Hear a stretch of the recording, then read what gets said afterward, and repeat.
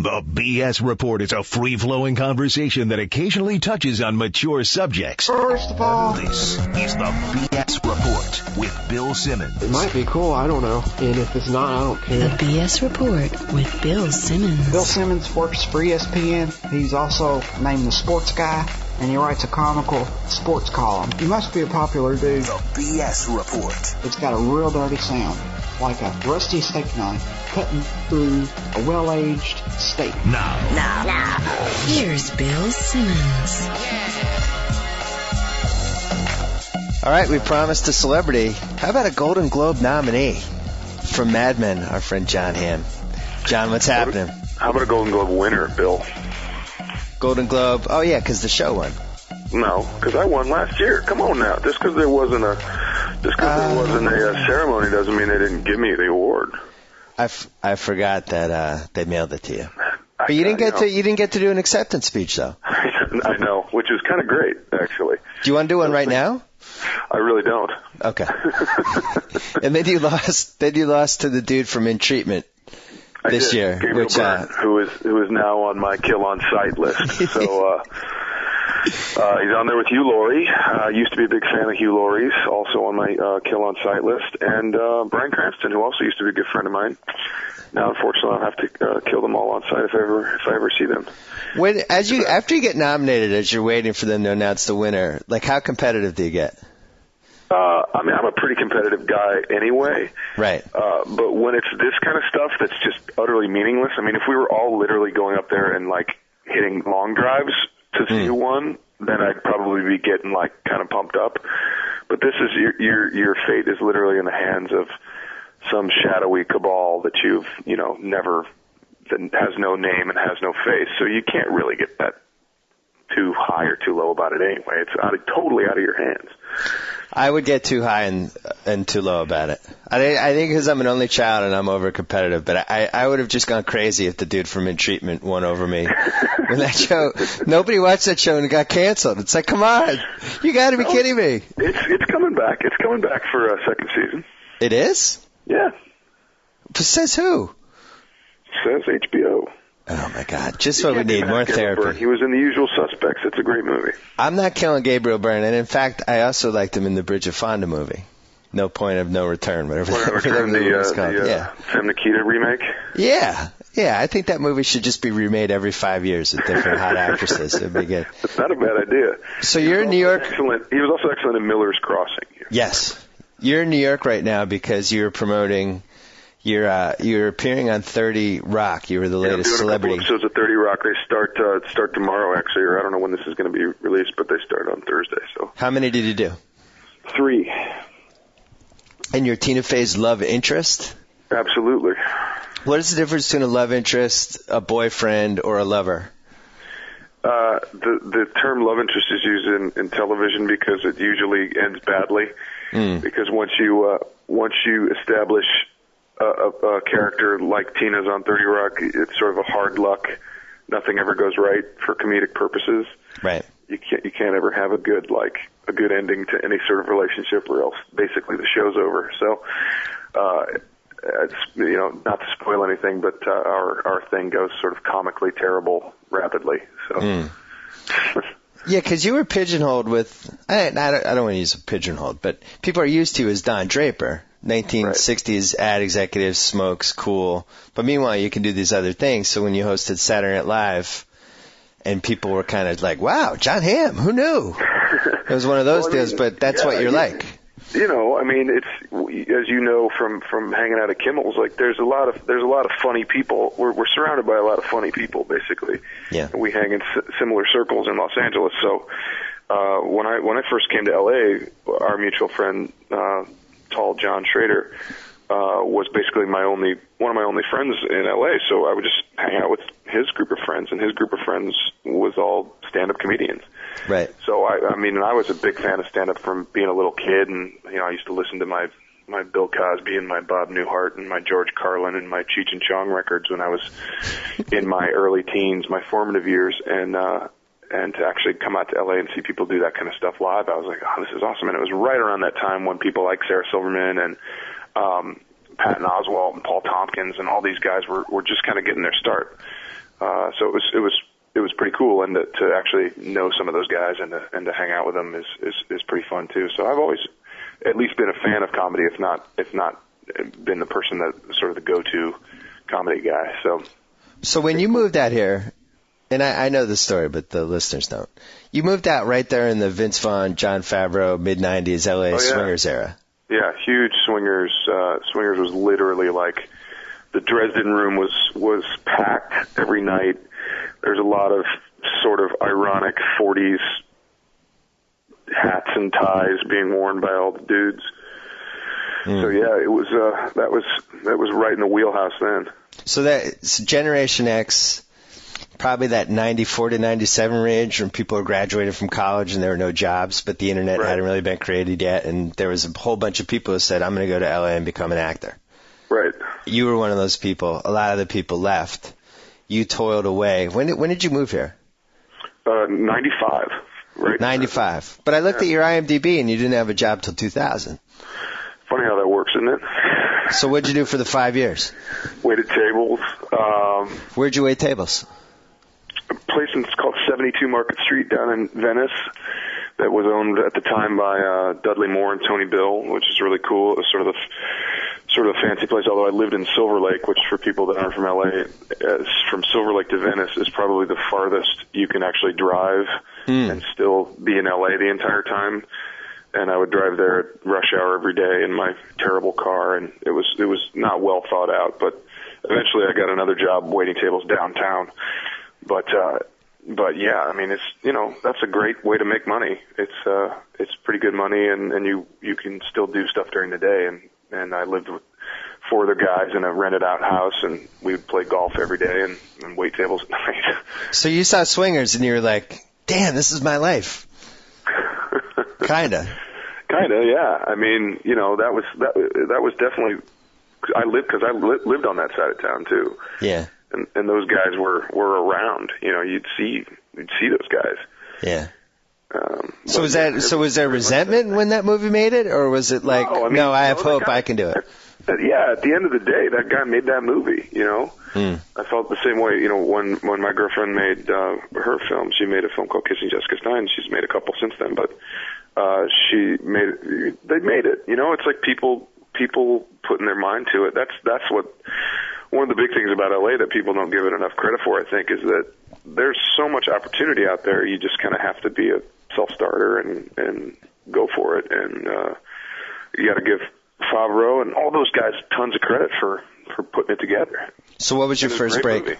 What was your first break? My first break was on a television show called Providence, which was on NBC on Friday nights. And if you know anything about television, Friday nights is where like television goes to die. Ever since they took Miami Vice off the air, it was became the sort of dumping ground for sort of family television because anybody was going out on Friday nights.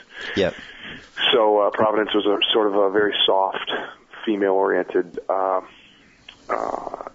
relationship show about a doctor, a veterinarian actually, and a doctor that lived in Providence, Rhode Island, and it was like that was my first job. It was I got a guest star spot for one episode, and they kept bringing me back. I ended up doing 19 episodes of that show. I remember it was highly thought of, but I'd never watched a minute of it because, as you said, it was on Friday nights. Yeah, it was not. We were not in the target demographic. Let's just put it that way. So then, what happened after Providence? Got a couple more shows. Started getting little parts in movies, and eventually got cast. Around 2001, I got cast in another female-driven show called The Division, which was on Lifetime. It was a cop show. Really? Yeah, it was a cop show on Lifetime starring Bonnie Bedelia, Nancy McKeon, and others. Although starring now Academy Award nominated Taraji P. Henson, who came on the show at the same time I did. So in that show there is a Golden Globe winner and Academy Award nominee. Wow! So that was a modern day Cagney and Lacey. Would you call it? It was. I very kindly used to refer to it as 10 and a. We're gonna have to bleep that, but it was funny. But no, it was great. It was my first show that I was a lead of. It was a cop show. It was what it was. It was on Lifetime. What are you gonna do? But it was a job, you know. I mean, it was a job, and it was a good job. It was a job that kind of got you used to. I mean, series television is like Major League Baseball season. It goes on forever, and you got to pace yourself, and you can't get burnt out, and because that stuff's on the air forever, you know, and it's on DVD forever, and if you phone it in a few times, people will be like, you know, it doesn't go away. So it was a good lesson. It was a good sort of first job to have, and then I kind of kicked around for another couple years. And then the pilot of Mad Men came along, and I read it, and I really liked it, and it was on AMC, and they had never really made any television before, and I was kind of bummed out, but then I realized the guy that wrote it was the guy from The Sopranos, and I thought that was pretty cool, and I really loved the script, and again, I can remember I was sitting with Tall, and we were sitting in a bar, and I just remember talking to him about it. I was like, you know, I don't really like talking about this stuff. I always feel like I jinx it, but I really want to get this part. And I had already gone through 2 or 3 auditions at that point, and I had about 6 or 7 more to go before they finally cast me. But I ended up getting it, and we shot it, the pilot in New York, and then a year later we started the first season, and here we are 2 years later, and we're going to start shooting the third one in April. So it's been really amazing. Yeah, I'm relieved. I was going to ask you about that. So it's coming back with Matthew. Is it Weiner or Weiner? Yeah, well, Matt Weiner's coming back. He's the guy that created it. He had a big contract negotiation this off season, which because they only signed him for 2 years, so it wasn't like a renegotiation at all. It was just a negotiation, and he deservedly got a little extra to put in the to put in extra the sauce. Yeah, and yeah, so we're very excited to come back. I'm stoked to keep telling this story. Well, it's probably my favorite show now. Oh, thanks, man. And I got in late, because I didn't, obviously it's AMC. They'd never really done a show before, and people are like, yeah, this show's good. But 4 episodes in, I don't want to get in. They're not rerunning it, so I just wait for the DVD. So by episode 8, everybody's like, Mad Men. And I felt so left out of the whole thing, but finally was able to see all of them. When did you know that the show was gonna hit?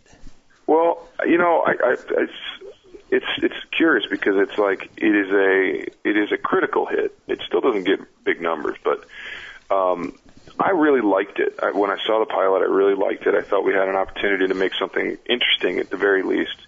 But when the critics started seeing it and we started doing that kind of first press before anything had really even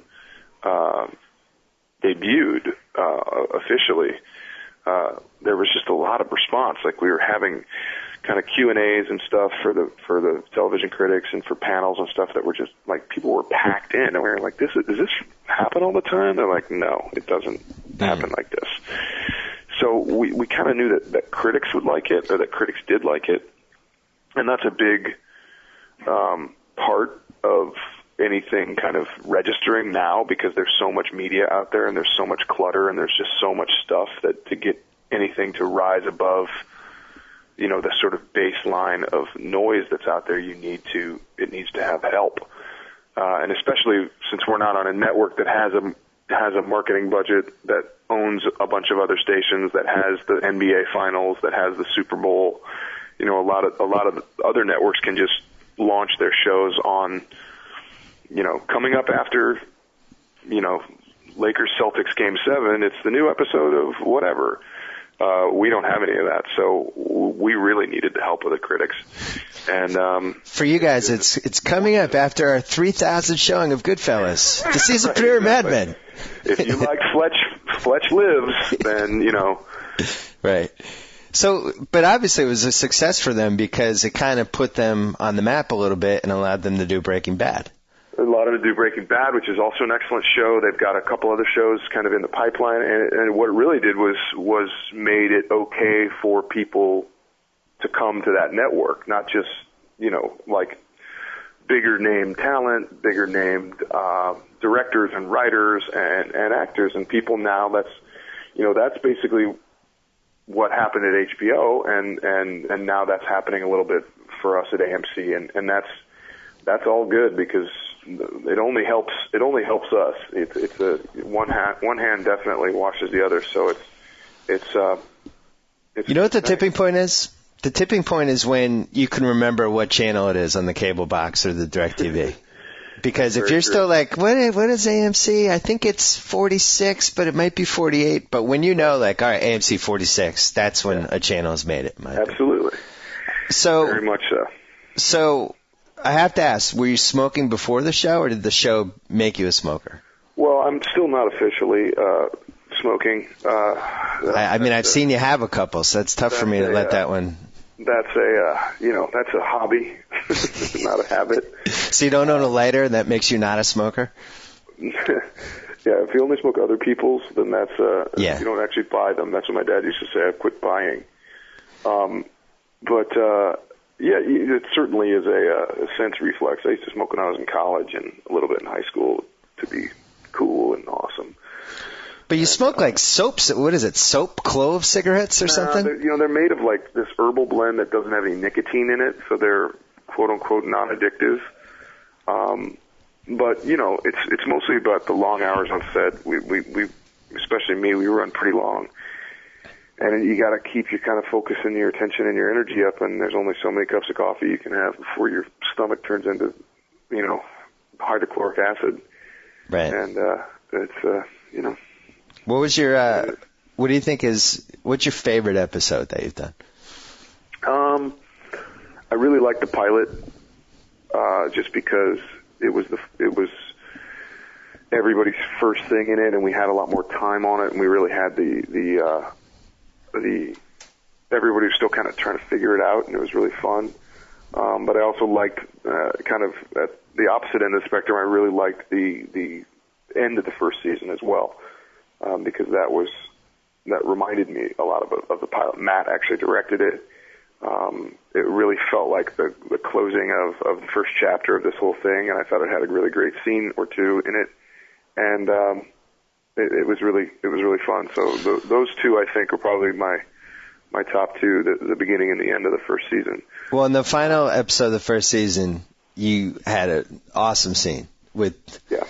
What was it, Kodachrome? I can't remember the name. The carousel. Carousel, yeah. So you get that script, and you're like, oh boy, here we go. This is Emmy time. Emmy time for Hamm. I'm gonna bang this one out. This scene will probably make me lose the Emmy to Bryan Cranston. That's what I thought immediately when I got it. No, it's great. I mean, like I said, I'm a big fan of Matthew's writing, and he wrote and directed that last episode, and he also wrote and had a big part of, obviously, of the production of the first episode. And he wrote the pilot, 7 or 8 years ago now. Yeah. And just sat with it forever. And David Chase read it and hired him to write on The Sopranos. And so it was a good script, and I'm glad I got a chance to be the guy in it. I don't want to go all Mad Men dorky and just ask like all these pointed questions, because the bottom line is I still feel like a lot of people aren't totally in the bandwagon yet. And if you're not, you should be. Just buy the DVDs. It's really one of the best shows ever. iTunes. You can just download the whole season on iTunes. And especially Amazon has these gold box sales. You can really buy the DVD for like $19. Just do it. If you like TV, if you appreciate TV and you haven't watched Mad Men yet, you really have to evaluate your life. But I have to ask, you come in it on one end where you kind of get a little taste of Hollywood just through your girlfriend, and Kiss of Jessica Stein takes off. So you kind of you're a little bit in the mix, but not totally. And then this show takes off, and you've looked at it from both sides, where you're the guy who was the waiter and the struggling actor, and now you're a celebrity. But you're old enough that you can kind of appreciate that turn, and you haven't changed fundamentally as a person. But how weird is it that people now treat you as a celebrity after all these years where you weren't? No, it's totally weird. Because as you say, you're still fundamentally the same person.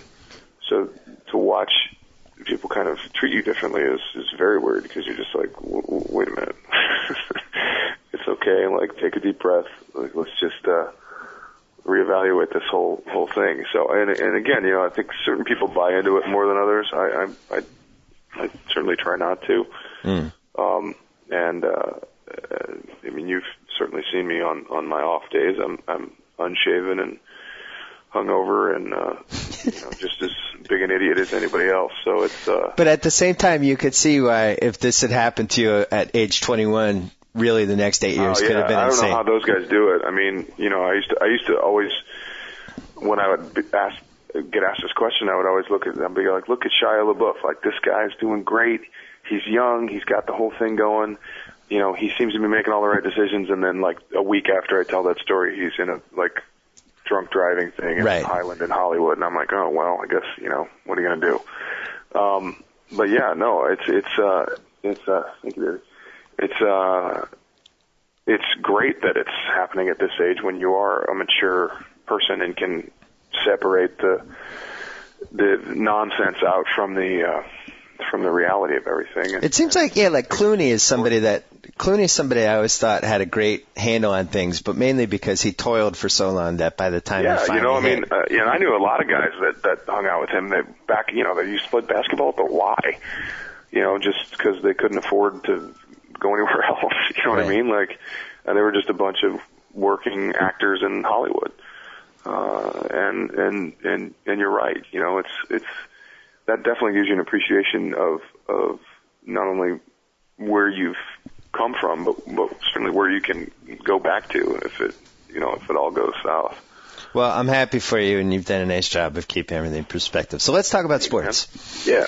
So you're a Cardinals fan. I think you're one of the few that I think I've ever met in my life. I liked your demeanor after the game. You were kind of like in that mode where, you know what, we're all winners. America won. Yeah. It was, it would have been nice had the officials maybe taken a look at that play under the hood at the end of it. But would have been nice. It felt like everybody had to return the equipment or something. Like they wanted to get out of there, especially quick. But and everybody started saying, immediately, oh, this is the greatest Super Bowl ever. This was such an amazing Super Bowl. And I was like, it kind of wasn't. It was a pretty bad game for a full 3 quarters. The fourth quarter was about as exciting as one I can remember, but the first 3 kind of stunk. What were you thinking on the 2-minute? You were watching another room, so I wasn't with you. So 2-minute warning. You're a defensive stand away from becoming the Super Bowl champions. The Arizona Cardinals. I'll tell you exactly what I was thinking. They're never going to do it. I am a football Cardinals fan from the 1970s, where futility that might as well have been written on the helmet instead of the angry Cardinal profile. Yeah. It should have just been, we're probably going to mess this up somehow. Right. I've watched 17-yard field goals sail left. I've watched botched snaps. I've watched crazy Hail Marys. We would always lose to Dallas, our big rivalry, if you could call it that, which you really can't because we never won. But it was everybody, a feud. You either loved or hated Dallas in the 70s, and I hated them because they would always beat us in the most preposterous way possible. Well, when they moved from St. Louis to Arizona. Did you think to yourself, you know what, I might dump these guys. I can't handle it, or did you not care?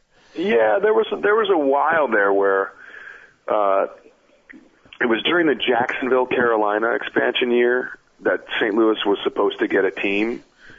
And in typical St. Louis fashion, like they were the front runners, they had this horrible team logo picked out, they had this horrible color scheme. It was like purple and blue or something. It was awful. They were supposed to be called the St. Louis Stallions, which is just already sounds like a fake name. Sounds like a gay porno or something. St. Louis Stallions. Not well thought out. And you could just kind of see the NFL going like, really? Is this what you got? This is how bad you guys want it? Yeah. No, we're going to go with Carolina and Jacksonville, 2 teams that have already decided to reinvent the use of teal in '92, my beloved Pats, it really looked like we were going to St. Louis, and I hashed it all out in my head, and I was going to stick with them. Yeah, it's been weird because people are always like, well, did you root for the Rams? I was like, well, you kind of did. But the Rams came to St. Louis, I think, in '94, and that was right when I left for LA. So I kind of didn't really have a rooting interest in them, and I would always pay attention to the Cardinals scores more and more, and they were so bad in the right when they moved to Arizona, and they were just, again, they would be 8-8, 9-7, kind of good. always disappointing. Well, what about your friends? Did they go Rams or Cardinals? If they stayed in St. Louis, which a lot of them did, they went Rams. If they moved away, they would adopt a team. But I moved to L.A., which didn't have a team. Right. So it didn't really, and besides, how many football games do people go a year? Maybe one? It doesn't totally matter. Unless you're a millionaire or a sports writer or, some kind of hyper-connected guy, you can't afford it. You can't go to a Giants game. The only reason I've ever gone to any football game is because I know Buck, and I know it's not your favorite guy, but who actually is a really good guy. I'm here to tell you and all your listeners he's a really good guy. Lay off. Well, you kind of won me over a little bit when you basically pointed out the Summerall thing, which I ended up writing about. Yes, you did. I appreciated you calling it like you saw it on that. That was very cool. But it's still I still have some work to do with him over his performance in the 2004 playoffs. And maybe I'll get over it at some point, but there's still just think of the worst thing that has ever happened to you. And I'm not saying the Red Sox was the worst thing, the Buckner game, all that stuff, but to be so close to a title and then to just have that stuff brought up over and over and over. It was like having this giant scab on my arm and just having Buck ripping it off. Well, I think that karmic debt has been repaid times a million, not only by the Red Sox utter dismantling of the Cardinals in the World Series, but also by their second win, by the Patriots' referee-assisted dismantling of the Rams in the beginning of their Super Bowl run. What? Wait, we've never talked about this. What referee-assisted?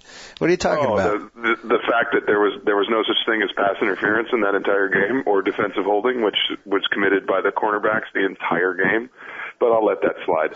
What about when we had the game one with Bucky Jones going down the sidelines and there's some sort of bogus holding Marshall Faulk call?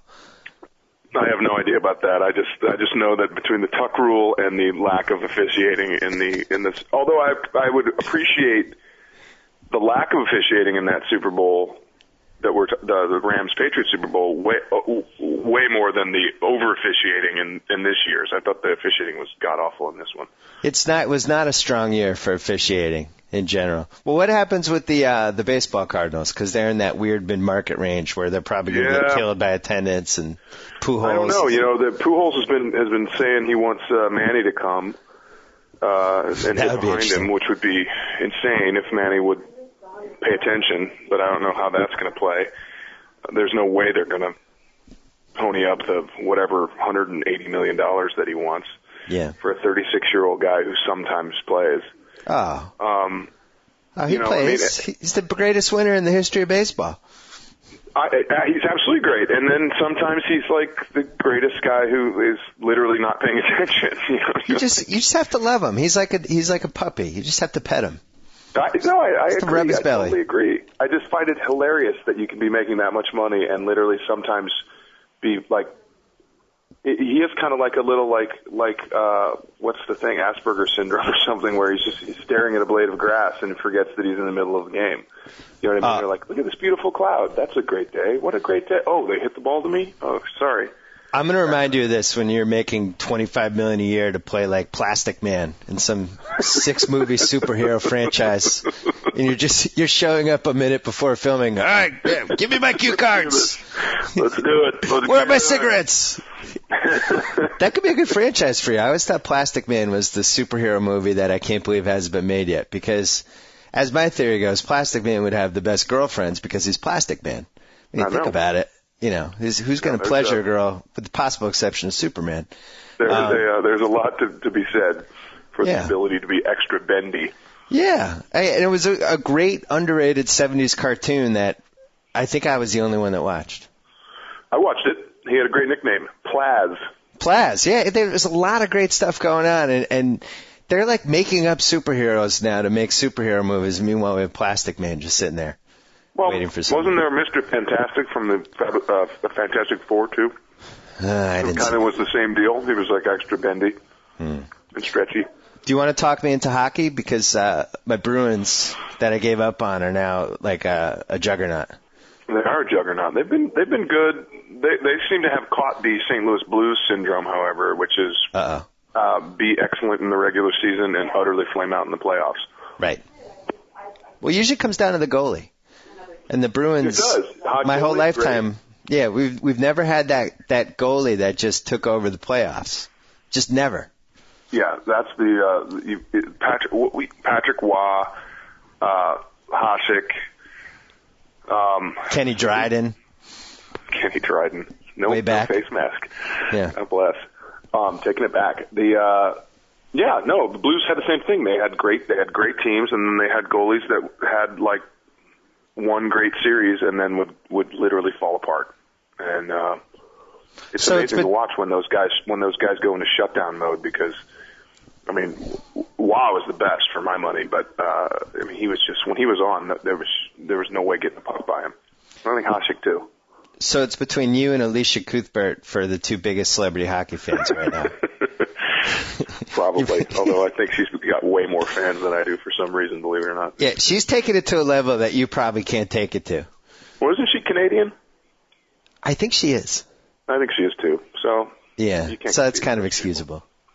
Yeah, but dating the players, I think, is something that you just can't compete with. That's not going to be a level I'm going to take it to. So Mad Men starts in April. Starts in April, should be on the air by July, if past form holds in this case.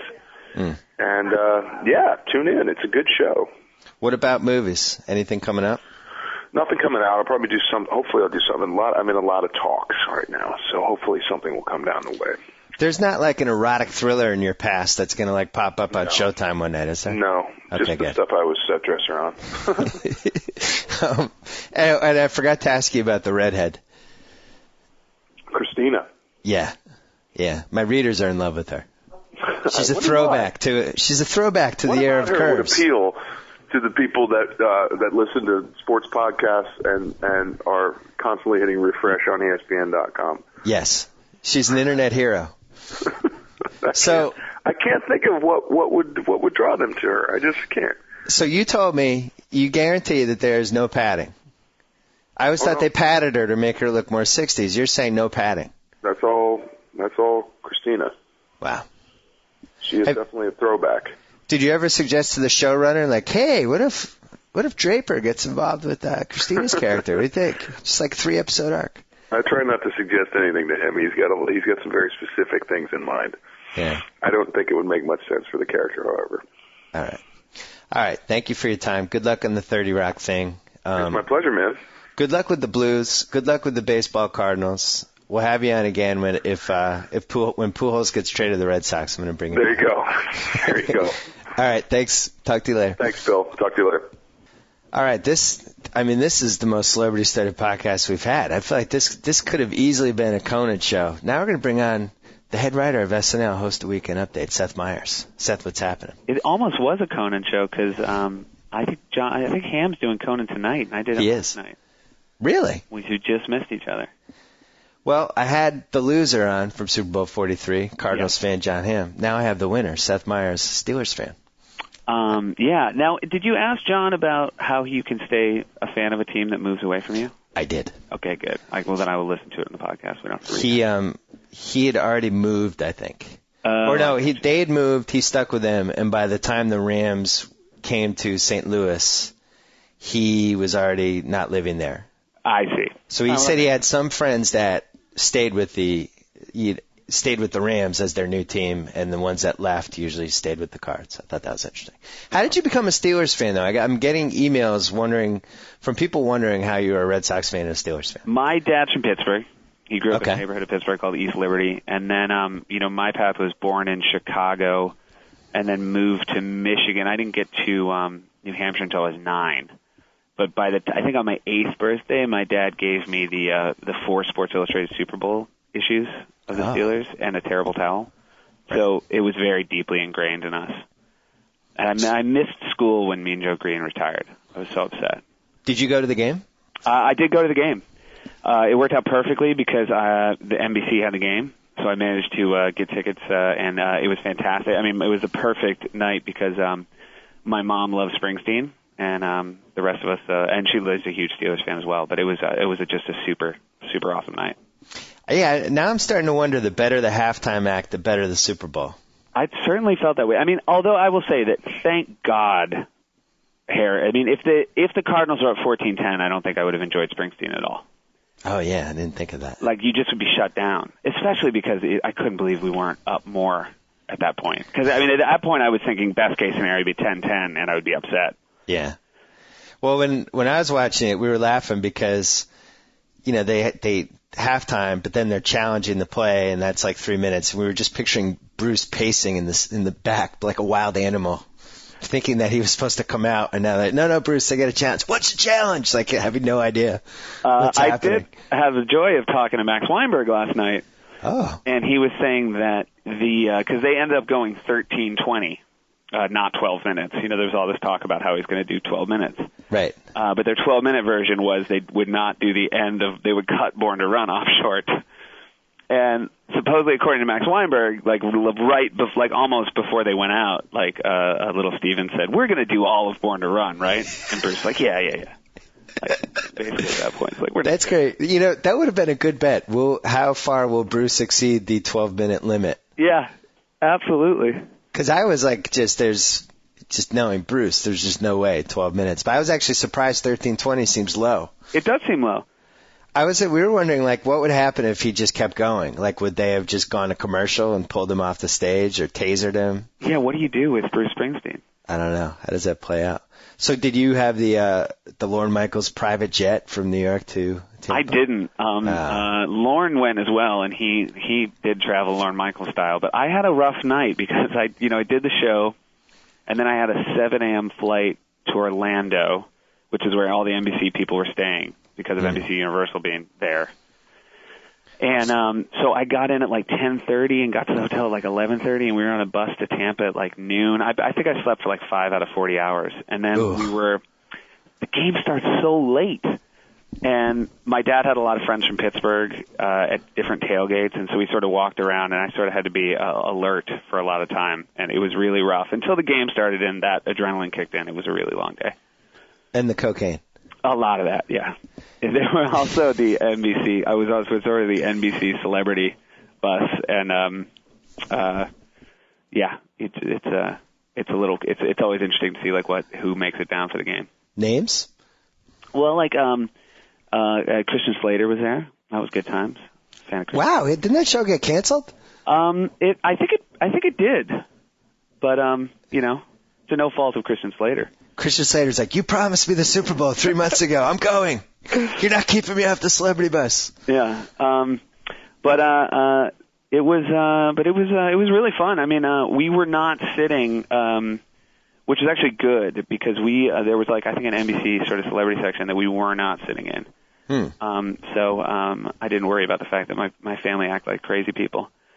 We did have 4 people in front of us who were neither Cardinals or Steelers fans. They were from New Jersey. They were Jets fans. Yeah. And they one of the guys, they knew who we were. They knew who I was. And this guy was doing this thing where he was cheering for the Cardinals just to be a contrarian. And Steelers fans are not bad fans. It was all very good-natured. Because there were, I think it was I would say it was 80-20 in the stadium. It was certainly in our section. Well, I found that with the Super Bowls that a lot of people are there and they just have no attachment to their team, and they'll go with whatever team will make the game more interesting and memorable. That's who the neutral people will end up rooting for. And that is fine, but this guy was doing this thing where every time anything good happened for the Cardinals, he would turn around and look at us. Which was fine when it was all Steelers. Yeah. And it was just for a first down. But as a guy, we cared about the game so much more than he did. And when he started turning around late in the game, it was driving us crazy. And I was like, I can't say anything because people in the section know who I am. I can't be a jerk. And then all of a sudden, like as I'm thinking this, there's a first down for the Cardinals. He turns around, and my brother just goes, "Turn around." And the guy goes, "Hey, man, no, I just want to see a good game." And my brother's like, "The game is on the other side. Turn around. Don't look at my family again." And I really like "Don't look at my family again." Your biggest mistake was not bringing Tracy Morgan. Yeah, exactly. Because that guy would not have kept turning around. That is true. But it was a delight. Well, congratulations. Thank you very much. Still one more to go before you become the team of the decade, though. Don't forget that. Absolutely. And you guys own us. Well, not recently. No, but, I mean, in every playoff game, right? Have you crossed that line where you've gotten to know a couple of the Steelers? I actually haven't, I don't think. I mean, I know, the football players I know are really the, Manning and Brady from hosting. Which was the worst thing ever. I mean, as far as it's the best thing ever because they're both great guys, but it really does make it way harder to root against them. Well, I'm glad you brought up athlete host. Yeah. So Michael Phelps hosted. I know. And could you see were any of the seats planted that night at the SNL after show party? I would not have said so. I mean, he was always on time and hit his marks and stuff, but I like somebody pointed out why is smoking weed can't make you swim faster, so why is it a banned substance in the Olympics? Right. It's not like there's any advantage to them.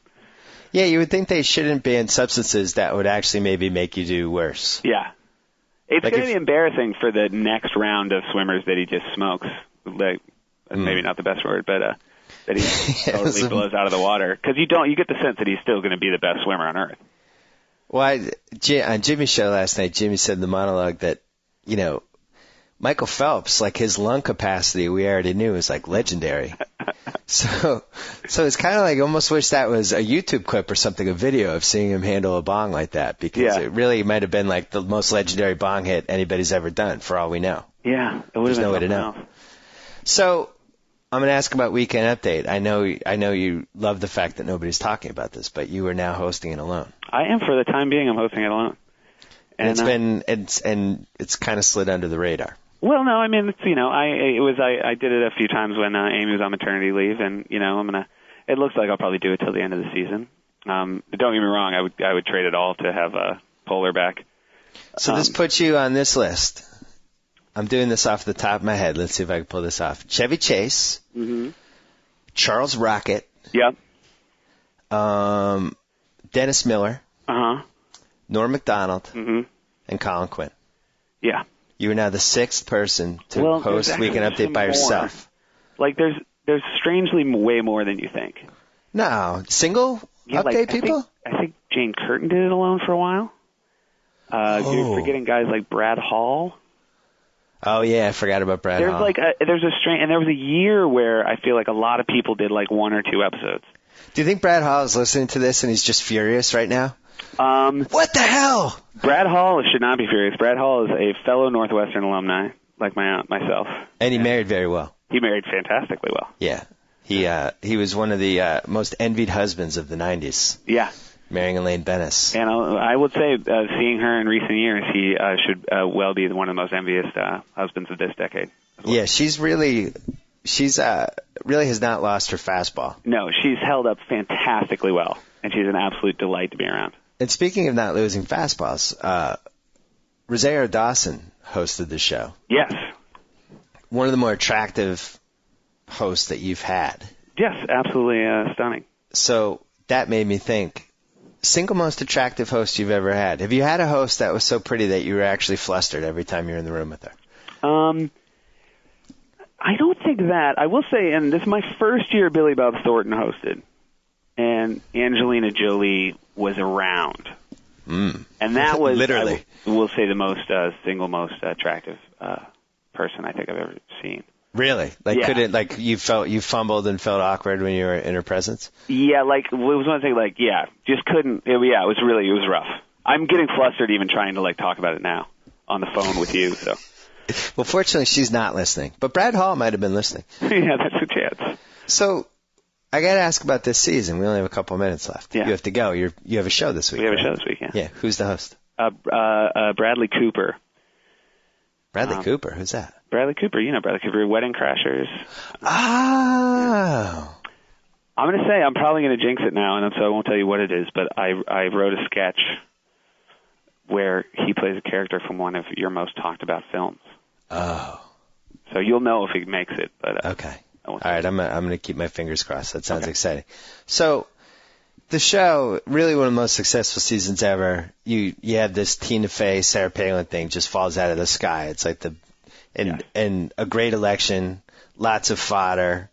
The show actually you could argue maybe swung the race a little because I was thinking about this, like if the writer's strike had happened a year later, and there wasn't a show that a lot of people were watching that was rightfully making the Palin jokes, I wonder if McCain wins. Yeah, it would have been weird. You realize there would be such a gap on that sort of material. Yeah. And for you guys, the writer's strike was the greatest thing that ever happened because I don't think people had fundamentally thought about, like, man, I miss having this show on. Yeah, no, the timing of it for us, I agree with you, strangely could not have played more in our favor. Right. Because we came back sort of right as the election was heating up. So now this election plays through, you get so much fodder out of it, and now you have this Obama presidency, this guy who is basically unparodiable. Unparodiable? Unparodable? What's the word? Unparodiable. There's no way to tackle it. You can't tackle Michelle Obama in any way because she's like the most beloved woman since Lady Di, basically. Right. So she's almost hands off. And on top of it, you mentioned to me like you're having a very tough time finding potentially somebody who could play Michelle Obama. Sure, we're always looking, but it's and I think with we probably again in season often make a lot of changes, but I'm sure we'll find somebody. It's like the baseball season. Yeah, although I also like to point out, and again, this is probably going to be a different presidency, but historically, I believe technically we maybe never did a Laura Bush scene. Oh, that's interesting. In 8 years. Now, again, I believe that Michelle Obama is going to be a different kind of first lady. I think she's going to be out there way more. Yeah. And the other thing is, you never cast for one impression. Right. You have to find somebody. I mean, everybody on our show has to be a jack of all trades. So that's also going to be part of the, I think when we find somebody, it will be somebody who can do a lot of different things.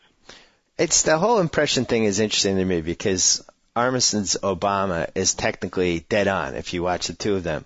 But because Obama lacks that quality where you can just blow him out of proportion, I mean, I guess you could play him like Cyrus and the Warriors and just make it very preachy. Right. But part of me thinks that would almost piss people off. Whereas with Joe Biden, you can just totally play him up. And Sudeikis' Biden is basically not Joe Biden anymore, but it's much funnier. Right.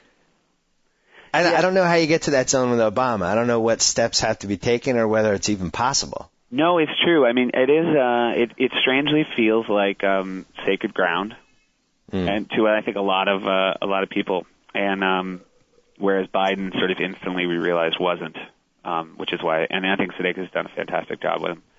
Let's quickly talk about the Patterson thing. Okay. Last question.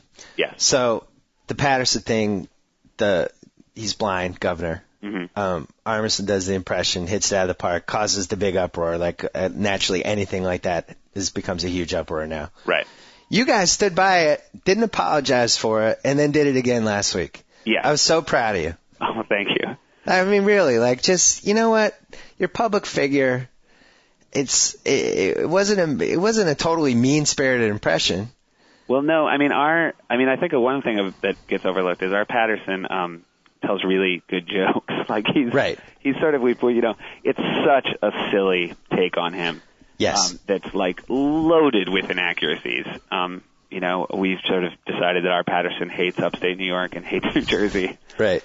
And has a very sort of unique way of telling jokes, and it's so silly and broad. And I feel like the people who work here are all sort of good people, and the fact that we can sort of do it, I think, to me, is a way of saying, like, this is not any sort of mean-spirited attack. Yeah, I mean, if, everybody's supposed to be parroted equal and treated equal, and I think Patterson's whole career has been, like, don't judge me by my handicap, I want to be treated like everybody else. So it almost seems weird that he would think that it wasn't fair that you parroted him. Yeah, and, we haven't heard anything this time, so I think maybe that sort of early outroar has subsided. But it is sort of I really do think that Fred Armisen has had an MVP season. I agree. And I think his Boy George was one of the funniest things I'd seen all year. And that would be funny if they had an MVP awards at the end of every year. It would be probably cause some bitterness. Yeah, it would probably cause some bitterness. But when you think of he sort of does what Maya used to do, which is the range of people he can play is just amazing. Oh, and you also have Kristen Wiig, too. Kristen Wiig, exactly. Who also has the same kind of talents. No. Oh, wait, I had a last question. I love it. So the person who wrote the MacGruber sketch originally, who is that? MacGruber is written by Will Forte, Jorma Taccone, and John Solomon. So now it becomes a Pepsi commercial. Do those people get royalties for that skit? They got paid for the commercial. I don't know if it was a royalty situation, but it was completely separate from the show. Lorne Michaels did not get paid, which is an important thing. Wow. Yeah, like Pepsi came and basically wanted to do something with us for the Super Bowl. I think Lorne suggested MacGruber, but creatively, which was really sort of unique, I think, they were given free rein to sort of write, how they would do a MacGruber Pepsi ad. And Pepsi left us alone. And then to some degree, I think Pepsi spent some time trying to decide at the end if it was something they wanted to put on the Super Bowl. And they decided very late to air one of them during the Super Bowl. But we were glad they did. Well, maybe, some late night shows now are doing this, read the commercial during the show. It made me wonder now if that's going to be a thing that, like, product placement skits or something, which would probably make you money, but I don't know. Creatively, it seems like it's heading toward a dicey era. I don't know. Well, it's that weird thing, though. Like, I think everybody has to understand that, like, it started heading towards a dicey area when people sort of put in machines in their house, which meant they didn't have to watch commercials. Right. Because, I mean, and I hate to sound like a capitalist, but the whole idea was you would get your TV for free, and the way you would get paid for is you'd watch the commercials. Like, I have TiVo as well. Don't get me wrong. I'm not. But, so I think it's going to have to get different and creative, and I know that there'll be, through the process, there's going to be some stuff that feels wrong, and ultimately maybe we'll find a new way of doing it. But, when I, like, read old television scripts, like, I was, you read, like, the old Jack Benny show scripts, and, like, they're constantly have the product in them. And I think we don't look back on them and think of them as creatively having sold out. You know what was the most blatant product placement ever? What's that? In the history of a movie or television show? Wilson the volleyball in Castaway. Yeah. Genius. I didn't even think of that. They actually called the ball Wilson. Now, there's a lot of different people make volleyballs. Yeah. And now I've been meaning to, every time it's on, I'm like, I have to Google this and figure out how much Wilson, the volleyball company, paid for this product placement for a solid hour. Yeah. And then I was wondering why they didn't actually sell, like, Wilson, the actual volleyball that Hanks made with the fake hair. Because my wife loves Wilson. It'd be a fun Valentine's Day gift. I think they should do that. I think they'd probably sell one of those on Valentine's Day. Just fine. Yeah. All right, I'll let you go. I know you're playing the show. Thanks for coming on. All right, Congrats on the Steelers, and we'll talk to you end of the season. All right, I hope Brady gets better next year. Thank you. All right. Okay, bye. All right, before we go, I wanted to get to a couple emails. Daniel in Columbia, South Carolina writes, is it really fair to bring up San Antonio Holmes and Mark Malone's pronunciation battle in the same podcast as Mike Lombardi, who kept calling Troy Polamalu and Ben Roethlisberger? Now, my defense of Lombardi is this. I think he knows that it was Roethlisberger. I think when you do podcasts and stuff, you get in a bad habit of maybe drop a syllable here or there. And long Super Bowl week, I'm gonna give him a mulligan on it. I thought about making fun of him as it was happening, but I think I'll make fun of him next time he's on about it. But I do like Daniel's suggestion that we start calling this the year of Lombard. I thought that was funny. We'll have to get Michael Lombardi's take on that whole thing when it happens. A couple of people emailed me that they liked the deleted scenes emails, but that I had to stop saying between each one. And I agree. I have some bad vocal tics that I need to work on. Joe Mead, I was thinking, like, after I do the deleted scenes, could you go back and bleep out every I probably could. Would that be some extra time? That would take some extra time. Maybe I should start marking your ums and remove them. It's such a bad habit. And, when I listen to – I think, first of all, I think it's really hard to just talk by yourself without having somebody to talk to. And I always marvel at Colin Cowherd and Jim Rome, how those guys can just have a conversation with themselves for 10 minutes a pop. I just think it's amazing. I think it's weird also, but I think it's amazing. I always end up saying the word because I never want silence. But if you listen to Rome and Cowherd, they will have, like, these little silent spots that they do intentionally, and they'll talk about the Super Bowl, and they'll say, let me tell you something about Ben Roethlisberger. I've been thinking about this all week. this guy can play. Like, but the 4-second pause, you're driving, you're on the edge of your seat. You can't wait to hear what the guy says. Damashek pointed this out to me about maybe like 4 months ago, and the pause is a very good thing. So I'm going to stop saying and I'm going to rely on the 4-second pause, and I think my whole performance will be a lot more profound.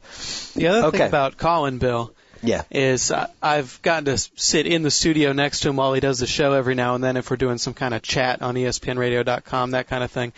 And Colin actually, he's just talking with himself, but he'll like stare at me in the studio like he's talking to me. Like he just picks people out and talks to them.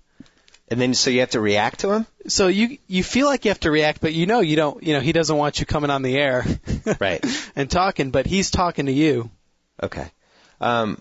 Another emailer who did not leave his name said that he's fine with me occasionally talking to you and bringing you in, but if you just start interrupting my podcast like Soderbergh does with all the podcasts he does, there's going to be hell to pay. And I wrote back and I said, hey, there's no I in Joe Mead. You know what there is? There's an E and an A, just like team.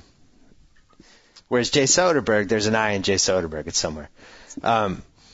But no, you do not have interrupting privileges in my podcast. Okay, because that was actually what I was wondering, because what I wanted to interrupt you with is I had a similar story as Seth Meyers. Yeah. As far as being a Red Sox fan, I actually grew up in the Boston area, but I'm a Buffalo Bills fan, not a Patriots fan, and that's because my father brainwashed me, and I kind of grew up during the Jim Kelly, Thurman Thomas, Andre Reed, Bruce Smith era, and the Patriots were awful. Yeah, you can take that up with me after Seth Meyers leaves. That's right. I think you played that correctly. Well, I'm glad you brought that up because this was the Joe Mead question of the day from Brandon in Southgate, Michigan, who says, hey, Bill, to be able to make a judgment about Joe Mead, we all need to know where his sports allegiance lies. I just hope he isn't a front-runner fan and instead a huge KC Royals fan or something. I think Buffalo qualifies for that. Yeah, the teams I have the biggest allegiance with is the Buffalo Bills and the Buffalo Sabres, and then it's the Celtics and Red Sox. Interesting combo. A lot of pain over the last 20 years until recently. Especially with all those Super Bowls, and then like you were mentioning, the Brett Hull no goal as well with the Sabres. I also had a reader suggest that like once a year in the podcast, you just smoke and drink during it, and we just see what happens. I don't know what your thoughts are on that. You seem pretty square. I'm good to go for that, Bill. But I don't know what difference it's going to make. I did go to Notre Dame. Yeah, do they allow smoking and drinking at Notre Dame? They do, to a select few. Like just light beer? No, I mean that may be the beer of choice with all college students as far as the. We don't want to give, free sponsorship, but, the really terrible beers like Natural Light and that kind of thing. Natty Light? That was big at Notre Dame. Did you have that? Were you friends with anyone in college who drank the Natty Light because they claimed that they were allergic to other beers, or like it was like a good drink if you had low blood sugar? Or there was always like some weird medical story with the Natty Lights. Yeah, it's like, why don't you just admit that you bought it because it was cheap? It was a cheap beer and you bought it, that's why. Yeah, I think guys at Notre Dame are a little more honest about why they're drinking it. Okay. All right, well, that's what we found out about Joe Mead today. Buffalo Sabres, Buffalo Bills, Red Sox, Celtics. Right? There you go. Okay. And Notre Dame basketball, more than Notre Dame football. Notre Dame basketball. If you had to rank them, who would be number one?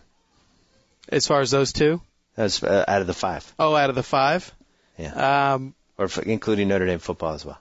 I would put Notre Dame basketball would probably fall to maybe 4th behind. So it goes Bills, Sabres, Red Sox, Notre Dame basketball, and then we'll have who's That's left? Interesting that you'd put Notre Dame basketball over Notre Dame football.